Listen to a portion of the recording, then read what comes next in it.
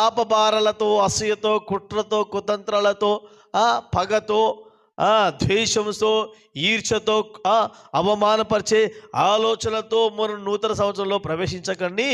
మీరు ఎలా ఉండండి అంటే దేవుని సన్నిధిలో మీరు ప్రతి భారాన్ని సులువుగా చిక్కులు పెట్టు పాపం నుండి మీరు విడిచిపెట్టాలి. ఆమేన్. హల్లెలూయా.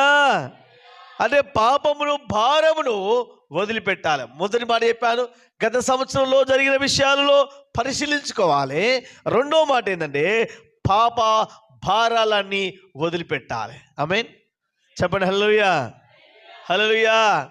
నువ్వు ఈ సంవత్సరం నాకు నష్టం చేసినావు కదా, నువ్వు 2026 సంవత్సరానికి రా, నీకు అంతకంటే ఎక్కువ నష్టం చేస్తానంటే నీకంత మూర్ఖులు ఎవరు లేనట్టే. నష్టం చేయడం, అవమానపరచడం, హేళన చేయడం, దుఃఖపరచడం, వ్యతిరేకంగా మాట్లాడడం